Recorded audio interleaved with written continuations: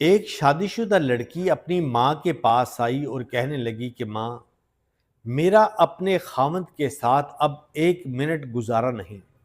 میں اس کو برداشت نہیں کر سکتی۔ میرا دل کرتا ہے میں اس کو جان سے مار دوں، لیکن قانون کے ڈر سے مجھے بہت ڈر آتا ہے۔ ماں کہنے لگی کچھ نہیں ہوتا، آرام سے بیٹھو، سب کچھ ٹھیک ہو جائے گا۔ میں تجھے ایک زہر کی پڑیا دیتی ہوں، تم روزانہ اس کے کھانے میں تھوڑی تھوڑی ڈال دینا۔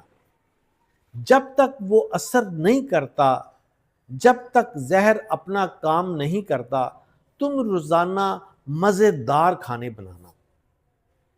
لیکن ایک بات کا ڈر ہے کہ پورے خاندان والے، پورے ہمسائے، دوست سب جانتے ہیں کہ تمہاری اور تمہارے شوہر کی آپس میں نہیں بنتی۔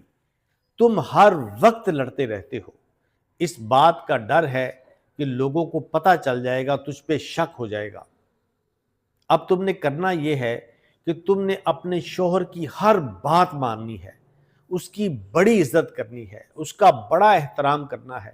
وہ دن کو اگر رات کہتا ہے تو تم نے رات کہنا ہے، وہ اگر رات کو دن کہتا ہے تو تم نے دن کہنا ہے۔ تم نے اس کی ہر بات ماننی ہے اور روزانہ تھوڑی تھوڑی زہر اس کے کھانے میں ڈالتی رہنا اور مزے مزے کے کھانے بنانا۔ اس نے ویسے ہی کیا۔ ابھی 1 مہینہ پورا ٹھیک سے نہیں گزرا تھا، وہ لڑکی اپنے ماں کے پاس آ گئی اور کہنے لگی کہ ماں، ایک بات کرنی ہے، اس زہر کا کوئی توڑ ہے؟ ماں کہنے لگی کہ کیا ہوا؟ وہ لڑکی کہنے لگی کہ ماں، جب سے میں اسے زہر دینے لگی ہوں تب سے اس کا رویہ تبدیل ہو گیا ہے۔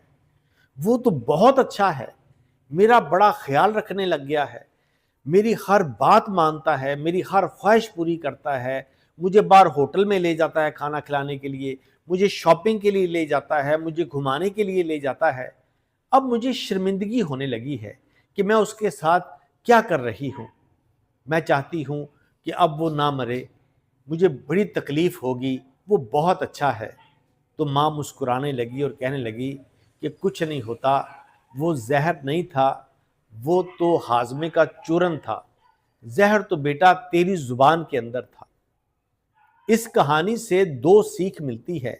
پہلی یہ کہ عورت اپنے خاوند سے مقابلہ نہ کرے، اپنی زبان کو دراز مت کرے، جو بات کی جاتی ہے اتنی بات کرے، بات کو برداشت کرے، انڈرسٹینڈنگ سے چلے۔ اور دوسری یہ سیکھ ملتی ہے کہ اگر ماں چاہے تو بیٹی کا گھر بسا سکتی ہے، اور اگر ماں چاہے تو بیٹی کا گھر خراب کر سکتی ہے۔